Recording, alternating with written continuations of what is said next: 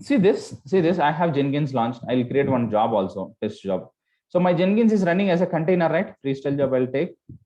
Yes or no? My Jenkins is running as a container or not? Yes, sir. Yes, sir. Right? Okay. So let me save this. Simple job I'll create. Simple job. Just nothing I want. Save. Done. Do you have a job here? Yes or no? What I'll do is I'll go to my container, my Docker PS, and I say I have this container. I'll stop this container and remove it. Docker stop. Right?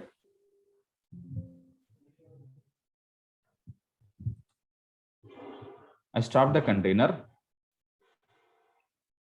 remove the container, right? Now my container is lost. My container is lost. So I cannot access this container anymore. It has been lost, right? Because I removed the container. Okay, fine. Next, what I'll do is I'll try to create this one more container, same as it is, with the same image.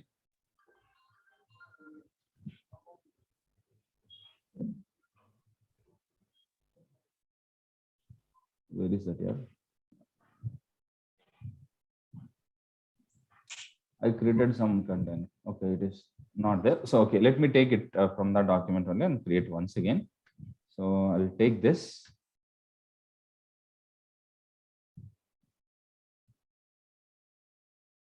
Okay, I'll take this. I'll use -itd. I want to run it in, right? Then go to /. Okay, I'm going to create this. Now tell me, I'm creating the Jenkins new container with the same image, right? Same port number, everything as it is. But will I get back the same data, whatever present on the previous container I removed, right? Will I get the same container data here? No. No, sir. No, sir. Because as I said, the container, when you remove the container, the data is lost. You see here, it will ask like a new container. It will ask to enter that initial admin password and all. Now you observe here.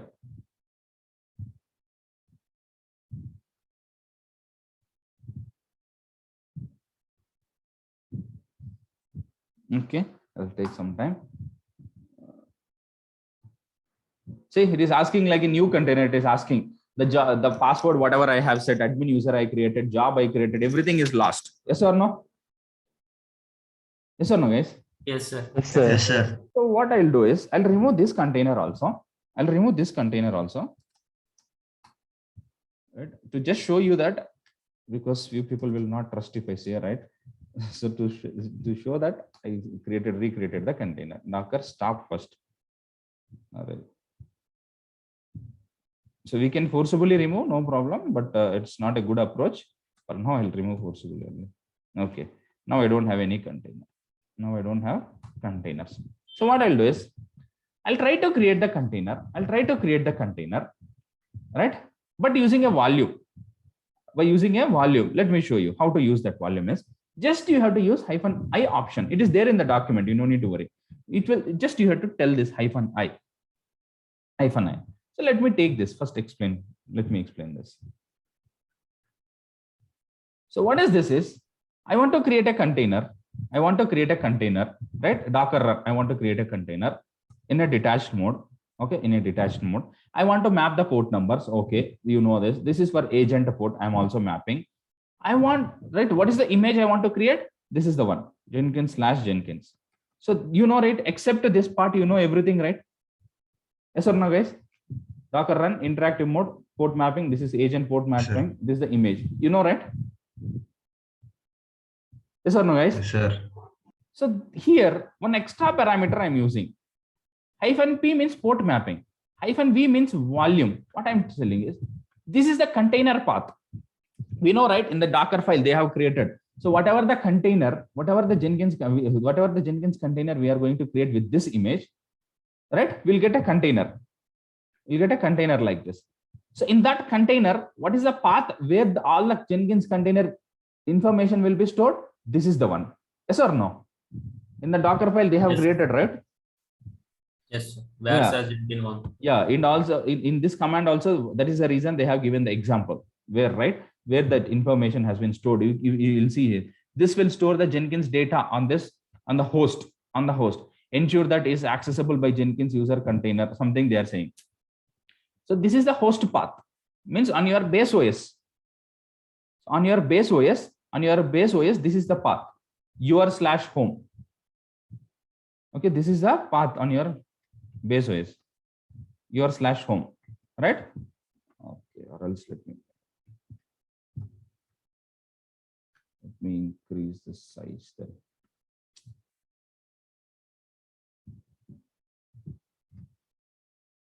Oh, it is coming with small font. Where to increase that here? Home directory. Oh, here itself it is there. Changed in the newer version.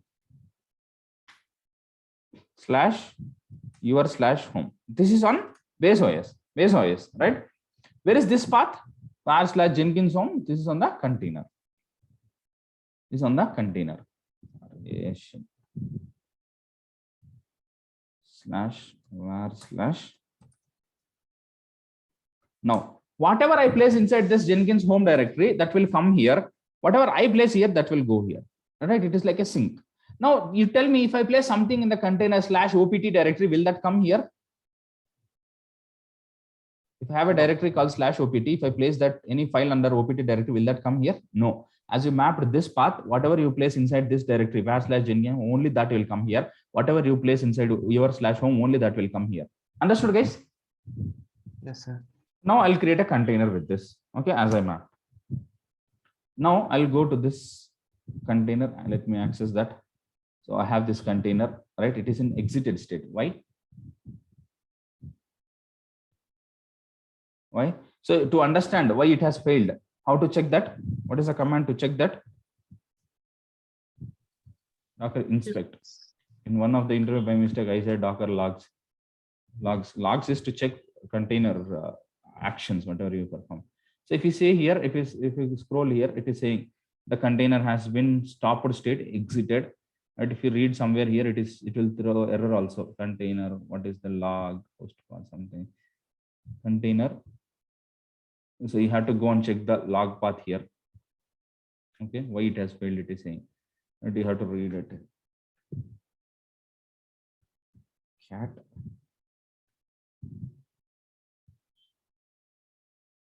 So it is saying permission denied. Okay, now for me, permission denied. Huh? Okay. So it is saying, what is the error? Why it has failed? Why it has failed? It is saying permission denied. Means your container is trying to access this path. Your container is trying to access this path. This path. Right? But you don't have permissions on that. That is the reason it is saying, see, cannot write to container something, wrong volume permission, something it is saying. Something it is saying you cannot touch this, means you don't have permissions to this. It is saying, okay, we'll see that. Okay, I'll see that. That is the reason it don't have permission to write there. So it has failed. Okay, it has failed. Right? In the container, it don't have permissions. That is the reason it failed. Okay, we'll see that. Okay, I'll solve that error also. But now, how we give the volume? Okay, error we solve it later. But now let me tell one more point here. Is this the path I gave manually? Yes or no? Yes. But remember one thing, this way of using a volume is called as bind mount. But why we call bind mount is manually we are giving here, the path is visible. The container path should be visible. It's okay, fine. But the host path is also visible. Now, as I created this folder, right? If this folder is not there, Docker will automatically create it. But my point is, as this path is known file, right? There is a chance that someone will go to this file folder and delete some files. Yes or no? Security is little less here. Yes or no? Yes. Yes or no? The security is less here. And one more thing, if you have any script like programming shell script or something, in the shell script you are trying to delete all the files. You are trying to delete all the files which are older than 90 days something. If that shell script has permissions to this folder, it can go and delete the Jenkins files also. There is a chance that script also go and delete some files here. Yes or no? Yes. Sir. So this way of using volumes is called as bind mounts. It has some drawbacks. Then how should we do? How should we use is you don't give the path. You don't give the path manually like this. You don't give the path like this. Okay. You don't give the host path like this.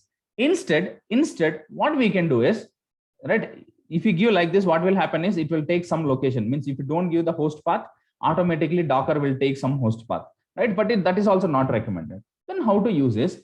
There is one concept called as volume creation.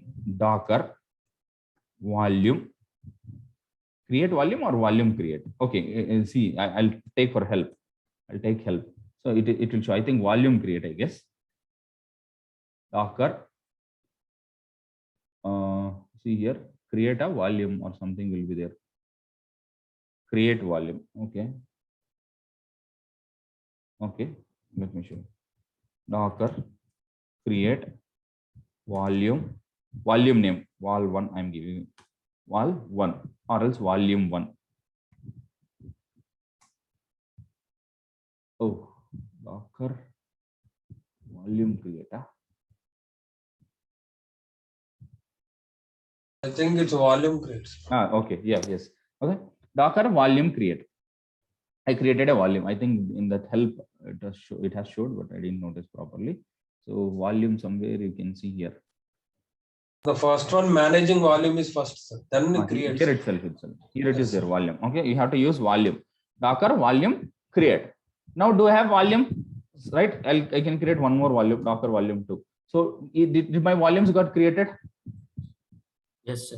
Yes or no? So now do you know where this volume has created? Do you know the path where it has created? Don't know, sir. Don't know, sir. Yeah, it will be there in a one location, but I'll show that. But normally you don't have much permissions there. Okay, you don't have like execute permissions and all. Only Docker people like who are part of that Docker group, they can access that and all. Right? There are some permissions. Okay. Now what I'll do is I'll go to my container creation part where I have the command to create the container, right? Okay, let me take it from there only. I'll take this. Right? So bind mount I don't want. Anyways, we got error, permission denied. Instead of fixing that error, let me directly go with this only. So I am going to give this volume 1. Now Jenkins. Okay, ITD also let me give this. Minus ITD. Okay. Now the container path is same, but I don't want to make my host path visible. So what I did is I created a volume. When I created a volume, my Docker has created one folder somewhere it has created. Where is that? I'll show you. Somewhere it has created in a secret location. Now, instead of giving the direct path, I'm giving a volume name. This volume has some path. So now whatever the container is there, right? The data present on this path will be taken back up in this volume. So where this volume got created? On my base OS. On my base OS, somewhere my Docker has automatically created a folder. That folder is not visible for me. That path is not visible for me. For that path, there is a name. That name is volume 1. I'm giving this. So now my container data will be stored in this volume, but the path is not visible for you. Understood, guys? Yes, sir. Yes, sir. Okay. Now I'll go and access my container. So let me check the ps-a whether the container is there or not. Okay, this container is in running state. Okay, this one is in exited state. Okay, let me remove that container also. Okay, not this one, sorry, this one, which is in stopper state. Let's not keep any confusion.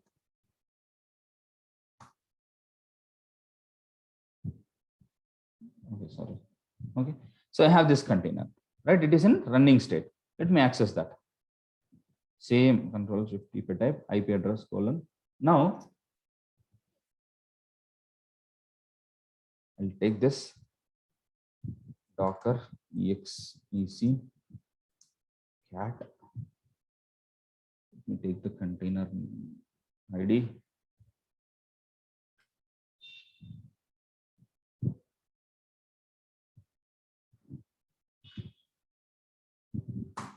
Okay, this is my initial password.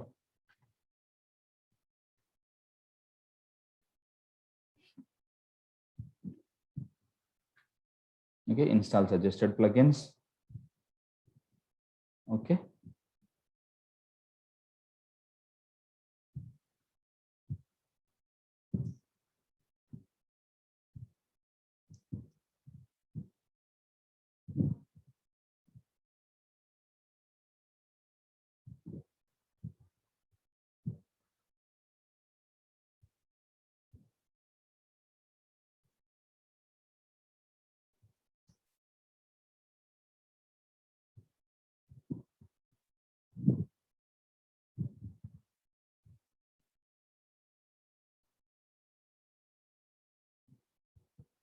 Okay, I'll give the details. One second, guys.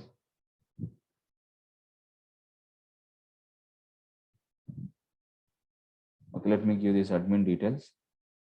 Admin.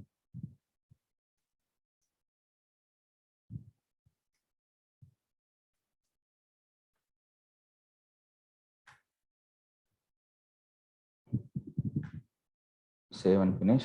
I'll create a job quickly.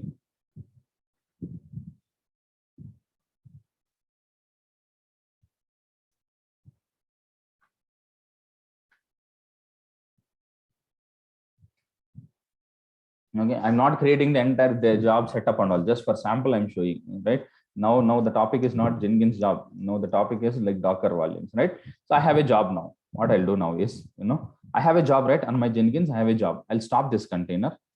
Docker stop.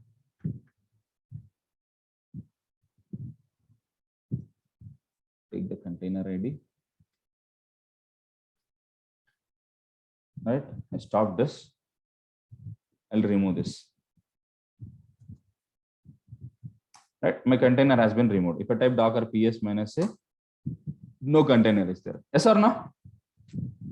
If I try to refresh this also, it will not be there. Now what I'll do is I'll try to create a new container. I'll set some name also for this. Last time it has some name, right? A different name. I'm going to set some name for this. Hyphen. Last time it got default name. Now I'll set custom name. My CNTR, my container I'm giving. Now see this, I'm creating a container, right? Container name. Same, if you want, you can use different port number also. Let me use host port as different port 8081. But I'm using same volume. So now as I'm using a volume, the data is already stored on this volume, right? This volume has some path. The Jenkins, whatever I last time, the Jenkins data is stored on this volume. Yes or no? Yes, sir. Now, if I try to create a new container and map this volume, host volume, with this container path, the data present on this volume will come here, right? Yes or no? Yes, sir. Yes. Now, let me launch the container, right? Now I change the port number. So now let me access with 8081. The host port I changed, right? Now let me try to access the container. It is accessing. Will it look like a new container, or it will look like an old container? Yeah, actually it is a new container. Actually it is a new container, but with the old container data. Understood, guys? Yes, sir. Remember one thing, in Docker, container recreation is impossible. See, now you observe here, is this a new container or old container? New container. New container, but with the data of old container. Got it? Yes, sir. Yes, sir. Okay. So now, right? So have you understood what is the benefit of volumes concept? Yes, sir. Okay. If there is an image in this Docker Hub itself, you can directly go to that image. They'll show that example itself. So you can take that example and do the changes, whatever they require, and work on that. Understood, guys? Yes, sir. Yes, sir. Okay. Now, in Docker, container recreation is impossible. If you remove a container, it is impossible to get it back. But the data of the container, you can get it back into the new containers, but the same container, it's impossible. Understood, guys? Yes, sir. Now what I'll do is I'll try to create one more container. See, the container name, I'll give it as different. My container 2, I'll give it as, okay, I'll use it a different port number, 82. Here also I'll change it to 50,001 something, right? I'm using same volume. So I'm creating a new container, yes or no? If I create a new container with the same image, if I create two containers with the same image, will there be any relation between the two containers? No. But what I'm trying to do is, for this new container also, the container path is same, but I'm pointing this to the same volume which is used by previous container. The container 1 is there, right? Whatever the volume it is using, the same volume I am using for this new container 2 also. Yes or no, guys? Yes, sir. If I launch this container, right? So this container will look like a new container or old container? New. right? What is the port number mapped for this? 82. Okay. Let me 82. 82. This is a new container. I'm asking, this is a new container, but will it get the data from the volume or not? We'll get it. See, it is not looking like a new container. I have two Jenkins containers, right? Container 1 and container 2, which is running with, one is running with 8081 port number, which is running with 8082 port number, but they both are looking same. Why? Because they both are pointed to same volume. Understood, guys? Yes, Yes, sir. sir. Sir, you Yes, sir. explained 50,000, 50,001. I forgot. Can you explain, sir? That is internally used by Jenkins.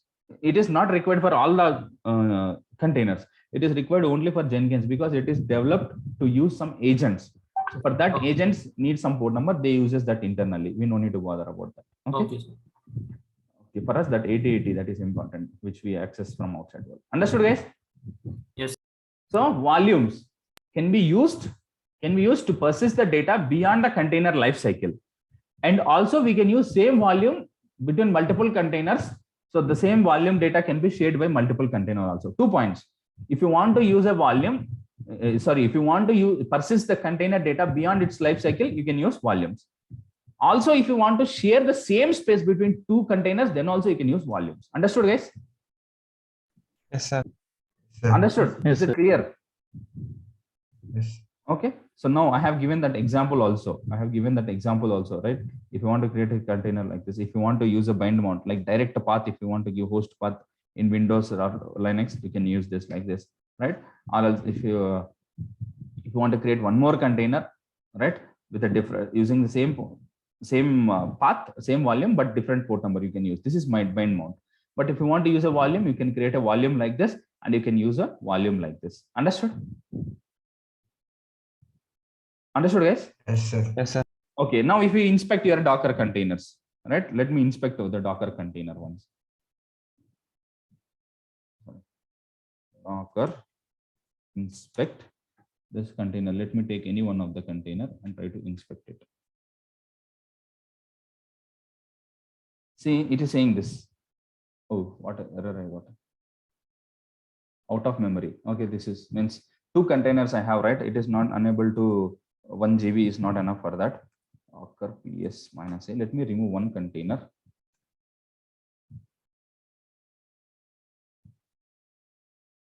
Let me remove. Okay, CNTR2 I gave, right? Okay, let me do one thing.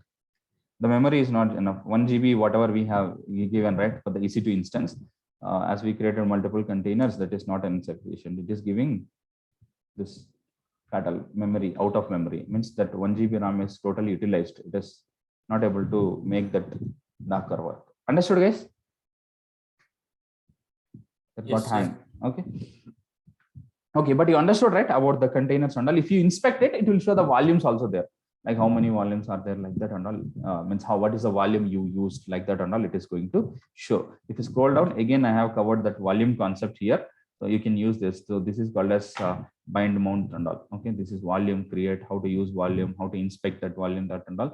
You can get it here. Understood, guys? So you can, few more examples I have given here. You can practice this also.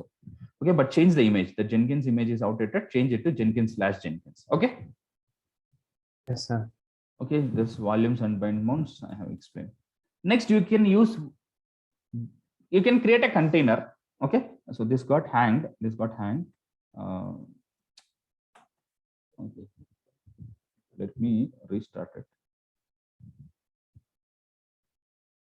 Okay, so let me tell one more thing. Here for you. See, I'm using a container like this, right? What I can do is I can use a container. I can create one container. So normally, if you want to create a volume, we'll take the container path on the base path. Yes or no? We'll create one volume on the base OS and take it here. Yes or no? Yes, sir. But what we can do is we can create a container. We can, instead of mapping this volume path to base OS, we can map this to the container. Means generally we'll take a backup on base OS. If we don't want to do that, we can take a container path and map it to here. So whatever data you place here, that will be stored inside another container. So this is called as data container, data only container. But there's a drawback here. If this container is lost, right, the data present in this also lost. So I was just saying one point. Data container, data only containers means what is, if you want to persist the container data on some other place, right? Generally we use volume. If you don't want to use this volume on a base OS, what you can do is you can create one more container. You can create one more container, use this container as a volume for this container. So this is called as data only container. So why we are using this is we can't use this container. How we are using this container is just to persist the data of this container. We are using this container as a volume. But the drawback here is if the container is lost, the data is lost. Right? But there is a concept is called as data only containers, which we can use for temporary backups and all. We can use that. Okay, understood, guys? Yes, sir. Yes, sir. Data only containers means what?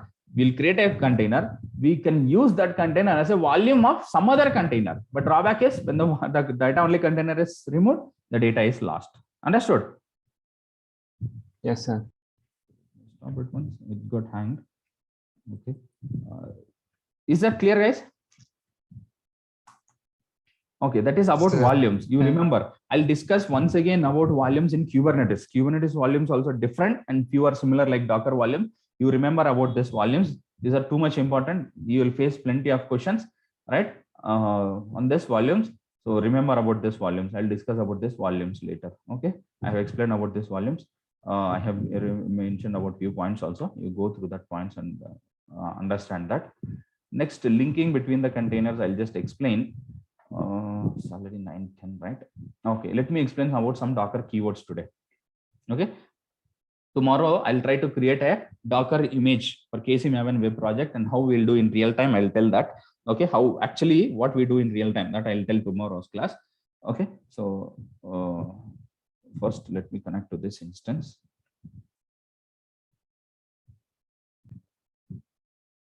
Okay, I reconnected and removed one of the container. So only one container we have now. I removed the other container. We have only one container as of now.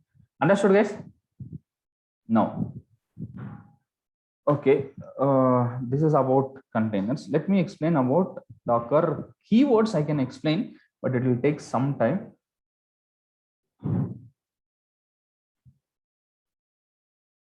Guys, are you able to hear me? Yes, Yes, sir. sir. Yes, sir. Huh? Okay, so let me discuss about Docker keywords. You know, right? I already explained about Docker keywords, right? If you are writing a Docker file, you need keywords. You have to write the Docker files using keywords. So the first keyword should be what you have to use in the Docker file is from, right? From you have to use, right? So from indicates the base image, whatever you want to use, you can give that. But if you don't want a base, if you do for your custom image, if you want a base image, in the Docker file, you can define the base image. But if your Docker file or a custom image doesn't need any base image, what should we define for the, what should we give for the from keyword? Scratch. Scratch. So what is scratch? Empty image. Scratch is also an Box image, but it is an empty image. Okay. Okay. And maintainer. What does that maintainer indicates? Whoever the person is maintaining. Yeah, the author of the Docker file, right? Like that. And copy command, copy keyword, why we use? From local to. Yeah, if you want to copy, if you want to copy some files, right, from Docker host to the image, then we use this copy. Add, why we use add? Add from website or server to and our install. Yeah. content image. Add is also like copy only, but extra functionality what it has is it can download the source location. No need to be a path. It can be a URL. So from that URL, it will download and keep inside the image destination. Okay, destination path. Understood? Yes, sir. Okay. Run keyword. Run is, for example, okay, let me explain this, guys. Okay, let me take this. I have a Docker host. I have a base OS. For example, I have a base OS. Inside that, I have a Docker host. Docker, right? I want to create one image. For example, let me take this bigger space. I'll take. I want to create an image. My custom image I want to create. This is my custom image, what I'm creating, right? If this image needs a base image, that I'll give for a from. So this will be the base image. Yes or no? Yes. For my image, there will be one base image, whatever I defined at the from. Yes or no? Yes. Yes, For sir. example, just think it is a like a CentOS image or something like a Tomcat image or something. Tomcat or something. Okay, one image is there. Tomcat image, let's think it is Tomcat Java something, right? Now, if I copy something, where it will copy?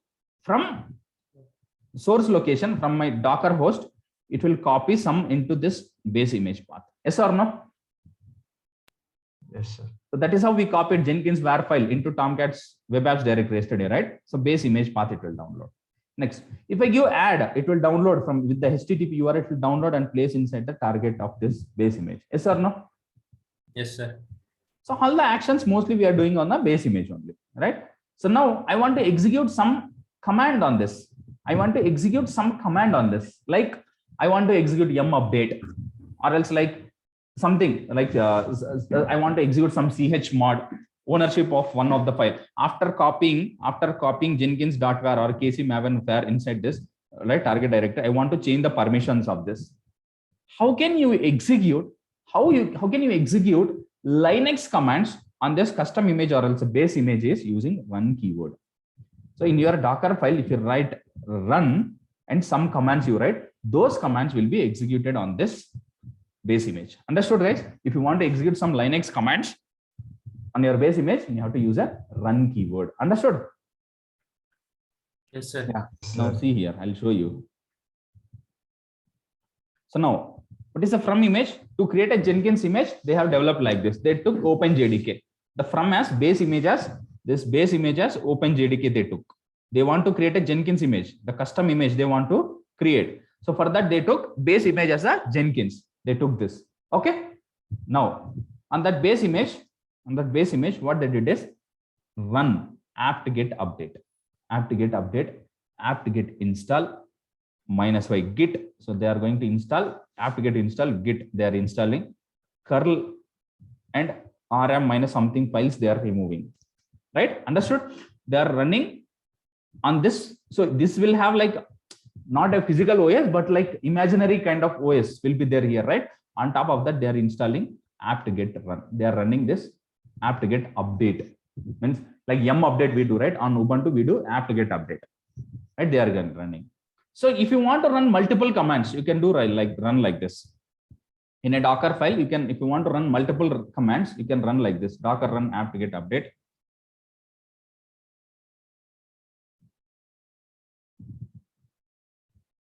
Run like this.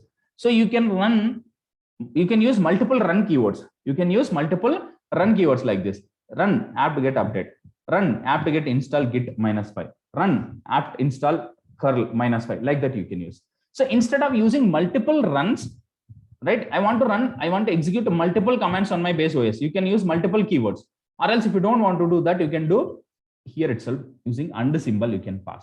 So multiple commands, you can pass multiple commands to run keyword using and parameter. Understood? Instead of running, use run one command, run one more command. Instead of that, you can use run one command and one more command and one more command. Like this, you can pass multiple commands also. Understood, guys? Yes, sir. Yes, sir. Okay. Next. Run I have explained. CMD. As I explained in the previous session, right? CMD is a command. CMD means command actually. This keyword we use in a Docker file. At the end, last of the Docker file, right? And whatever we pass to CMD, that will be executed at the container creation, not at the image building time. See, whatever you have seen, whatever you have in this Docker file, from run, rs, whatever, env, something, volumes, everything will be executed at the time of image creation. Whereas if you have CMD, or entry point and CMD are similar kind of things. What is that? I'll discuss at the end of the keywords. If you have either CMD or entry point in your Docker file, those will be executed at the time of container creation, not at the time of image creation. Understood, guys? Yes, sir. Okay. What is this?